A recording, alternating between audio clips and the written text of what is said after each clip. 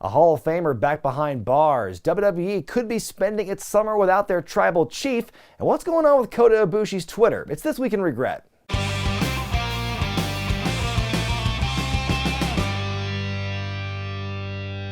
Hello and welcome to everyone. Brian Zane here with some of the biggest stories to drop in the last 7 days. We begin with an update on WWE Hall of Famer Sunny. As of this recording, she is in custody in a Florida prison and her bail has been revoked after her alleged involvement in a fatal car crash earlier this year. Take a look at this footage of Sunny in court earlier Friday morning as she's being placed in handcuffs. She was arrested last Friday and charged with 8 counts of DUI-related infractions, including DUI manslaughter and 1 charge of driving with a suspended or revoked license causing death or serious injury.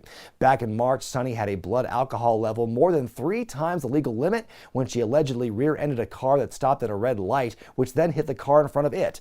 The driver of the first car, 75-year-old Julian Lassiter, died due to injuries suffered in the crash. Friday morning, the judge revoked Sunny's bond, citing her previous DUI convictions over the years, and declared that a monitor was not enough to ensure public safety. If found guilty, Sunny faces up to 30 years in prison. Okay, well, editorial time. I believe the judge's ruling today was the absolute right call, but frankly, I'm sad that it's taken this long, and it came to the loss of someone's life for this to finally happen. I will never understand how Sunny has been able to have so many chances in the last several years with all these run-ins of the law she's had for DUIs and other sort of things across multiple states. I obviously feel sorry for the 75-year-old victim and his family. I feel bad for others who have been hurt over the years. But at this point, honestly, I can't feel bad for Sunny. I can't feel sorry for her because she seems to have refused help over the years, and now it's cost someone their life. And there's really no going back from that. At this point, I don't even care about the debate of whether or not she should still be in the Hall of Fame. There are some people who say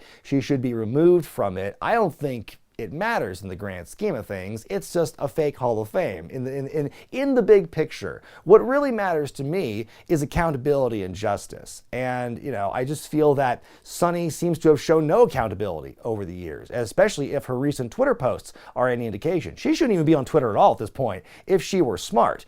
I think that, she just needs accountability. And if she is convicted, if she's found guilty of this, then there should be justice. Shifting gears to Japan now, the Best of the Super Juniors is happening this weekend, but New Japan has a dark cloud of controversy hanging over it after a series of tweets published by former World Heavyweight Champion Kota Ibushi. The first man to unify the heavyweight and intercontinental championships has stayed busy on social media this past week, expressing his frustration over New Japan's treatment of him regarding his contract and their regard for his shoulder injury, which he says he's still healing from. He posted a series of tweets this past week threatening to, quote, expose the cheaters goon and the sexually harassing bosses. Kota claims that there are many unflattering stories about those in charge, but says he could be, quote, executed in the dark if he shared them. This seems like a very long brewing, contentious relationship between Ibushi and New Japan management, and it's over a lot of things, quite frankly, and a lot of what he says does sound perfectly valid. Every wrestling company has its share of skeletons, and I would not be surprised if Kota has some knowledge of stories that could threaten New Japan's higher-ups. I mean, based on what we're seeing so far this week on Twitter, especially with the organized crime reference, this could turn into something very ugly or nothing at all. We don't know at this point. I'm hoping that everyone involved, all these parties involved, can walk away from what seems like a very tense issue getting what they want. But as of right now, this is definitely, like I mentioned, a big cloud of controversy hanging over New Japan on this big weekend they're having Best of the Super Juniors. Well, back in the States, according to the rumor mill, MJF and Tony Khan still not seeing eye to eye on a new contract. Fightful reported this week that MJF is still weighing his options and considering going to WWE once his AEW deal expires in 2024.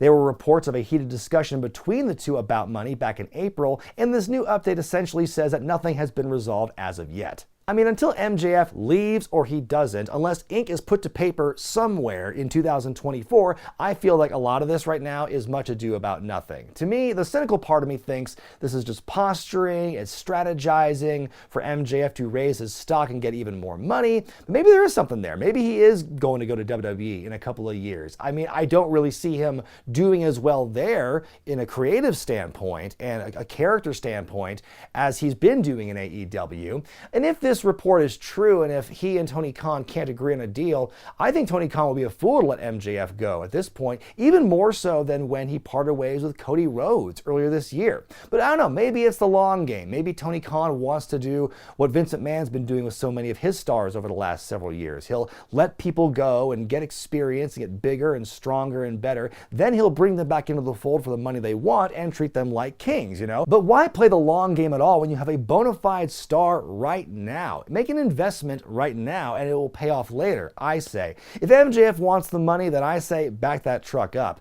As for the will he or won't he, let's just say I am not looking forward to all the intrigue in the next year and a half. In other AEW-related news, their newest acquisition may be getting a new look. Take a gander at this logo here. It's been reported that the ROH Acquisition Company in Jacksonville has filed a trademark for this logo for Ring of Honor. Now, of course, the trademark application process takes time. Things can change from now and then, so who really knows if this is what they'll settle on? You might remember when these logos first dropped for Double or Nothing and All Out, and of course, those were never the official logos. So it might be a sign that this is not the final draft for the new look for ROH. But speaking as someone with an affinity for the previous logo, let's just say I'm not a fan of this new draft. What do you all think? WWE may be getting ready for a long patch without their tribal chief, the man they have built everything around. There have been several different reports over the last week or so regarding the future of Roman Reigns' status in the next several months. The undisputed WWE Universal Champion is not advertised for TV or live events in July or August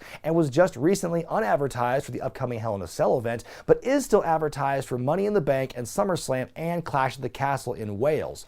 Earlier this month, Roman hinted in a post-match promo in New Jersey that fans might have to get used to not seeing him around much anymore. And there have also been reports that Reigns signed a new deal recently that involves fewer dates. Now, first of all, I will never fault a wrestler for taking time off. I'm glad that wrestling has evolved to a point where you can do that now and there's no stigma attached to it. And if anyone deserves a break, it's absolutely Roman. But now, through no fault of his own, WWE seems to have put themselves in a real creative bind over the next several months. Because if the rumors are true, and he is going to go the way of Brock Lesnar from several years ago, who or what do you build your show around, if not the undisputed WWE Universal Champion?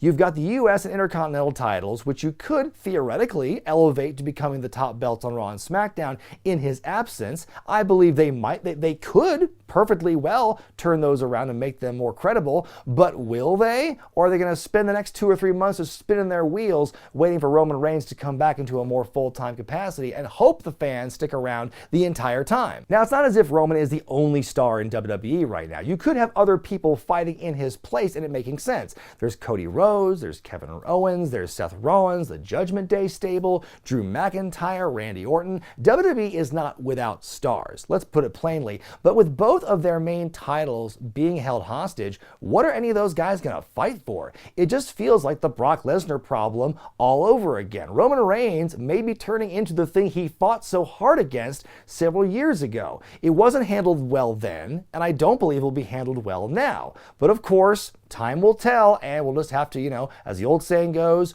wait and see. But right now, from my perspective, I'm not very confident. Well, speaking of WWE stars, there appear to be some creative changes ahead for a returning individual.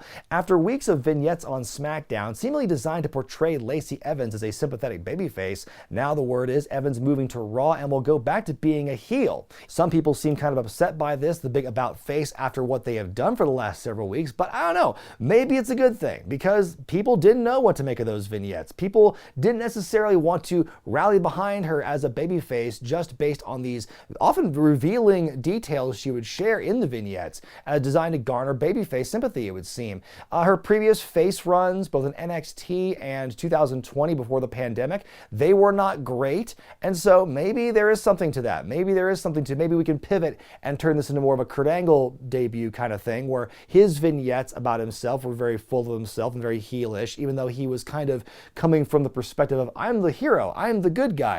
Maybe we could see something here with Lacey Evans that would make a lot more sense. I think that, it's an interesting pivot, but hopefully they can kind of do enough of these to kind of undo the awkward feeling of the original vignettes, and maybe they can lean into more of this and make it more of a heelish thing. Like I said, Lacey was a better heel than a face from what we've seen on her on TV, and so yeah, they've already turned one new mom heel in Becky Lynch, and they didn't seem to have a problem with that, so what's doing it one more with Lacey Evans? Time now for my favorite thing in wrestling this week. Sometimes it. Just need a good laugh. That's exactly what I got when I saw this video from TikTok user Jouster Dave. Check this out. This clip of a knight in shining armor, apparently at a Ren fair somewhere, executing a perfect swanton bomb off a dang horse and onto another knight. Man, Elden Ring looks a lot more fun than I thought. That's all for this week in Regret, folks. If you are going to be in Oregon this weekend, catch me at POW Pro Wrestling in Eugene on Saturday, Salem on Sunday, and for more details, go to powprowrestling.com. And of course, you'll see the highlights of those shows in the weeks to come